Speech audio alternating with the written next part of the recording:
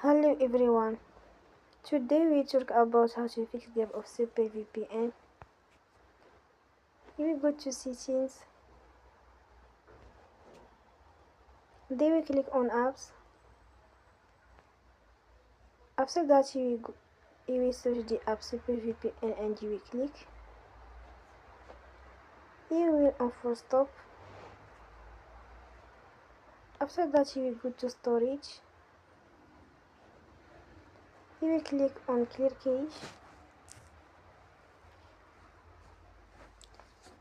In the end,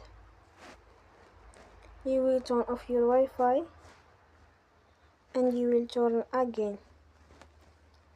Don't forget to support us by like and subscribe.